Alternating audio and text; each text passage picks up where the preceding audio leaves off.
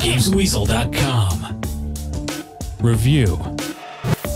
It's hard what to make of Heavy Rain. It's not really a game as we know it, and it's not really a movie. If you can imagine the two being merged together, where you get to make some of the decisions and even control the movement of the characters in a movie, then you're close to what Heavy Rain is. In this game, the story is definitely the star, as you play as a number of different characters who are all involved in some way with the Origami Killer, a nasty piece of work that drowns people. Now, I won't go into any more details for fear of spoilers, but let it be known that all the characters are compelling, and the atmosphere in the game just draws you in further the more you play it. It's not a happy game by any means, and movies the game does remind me of are the thrillers Seven, Zodiac, Minority Report, and even Saw. The controversial control method may not be everyone's cup of tea, but somehow it does work. Gestures are used for opening doors, starting cars, and even tying ties or changing babies. Do them too quickly or not correctly and you either have to try again, or the story just moves on in a different way it would have if you'd have done it correctly. QuickTime events are also used for more frantic moments during fight or chase scenes, and believe me when I say they can really get the blood pumping. My only gripe here is sometimes the icons aren't too clear to read at short notice, and you do miss a command when otherwise you'd nail it. The game never really tells you game over though, and it just means something slightly different happens in the story, which of course encourages replaying it. The graphics, motion capture and voice acting is also very convincing, but it's so good that occasionally it is let down by the occasional video or audio glitch or dodgy texture or those dead eyes moments during close-ups, but again, it never really takes away from the brooding atmosphere that sucks you into the game, albeit after a slow start that lasts the first couple of hours. If you want a game that has a high replayability factor due to multiple endings depending on your actions, which is effectively a series of extremely well put together interactive cutscenes, then you will love Heavy Rain. However, don't consider it if film noir's not your cup of tea and you just want to play games where you jump around and hit things. Heavy Rain gets the thumbs up in my book because it attempts something genuinely new and mostly it succeeds. As a piece of interactive entertainment which will keep you entertained for at least 7 hours, it does get an almost perfect 9 out of 10.